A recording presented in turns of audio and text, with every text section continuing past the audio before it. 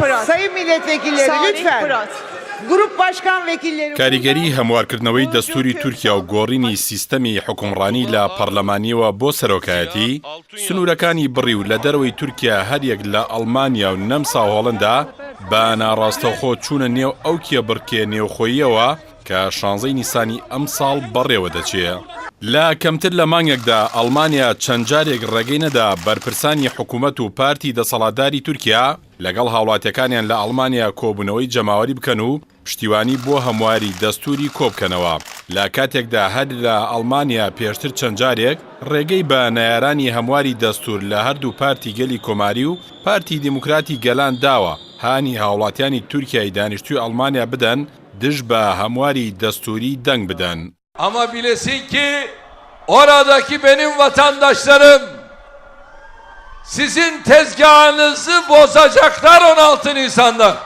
وەک بەرپرسانی تورکیا دەڵێن بە پێچەوانەی سەرجەم نەریتە سیاسی و ئەخلاقی و یاسایەکانەوە دەسەڵاتدارانی هۆڵندا ڕێگەیان لە هەردوو وەزیری دەرەوەی تورکیا و وەزیری خێزان و کاروباری کۆمەڵایەتی گرت بچنە ئەو وڵاتە و لەگەڵ هاوڵاتیانی تورک کۆببنەوە. پێشتریش ئەڵمانیا هەمان ڕەفتاری بەرامبەر بە وەزیری دەرەوە و داد و دارایی ئەنجامدا. لە نەمسار چالاکیێکی وەزیری وزەی پێشوو ژمارەیەک لە پەرلەمانتارانی داد و گەشەپێدان ڕێگیریان لێکرا. هەرچەندە پاساوی هۆڵندا بۆ ئەو ڕەفتارانەی پاساوی ئەمنی بوو، بەڵام سەرۆکۆماری تورکیا ئەو ڕەفتارانەی بە نازیەت و شۆڤێنێتی جوان. بەرپرسانی تورکیا بەڵێنی ئەوەشیان داوە بە چەند هێندەی سزای ئەو ڕەفتارەی ئەمستەردام بدەن.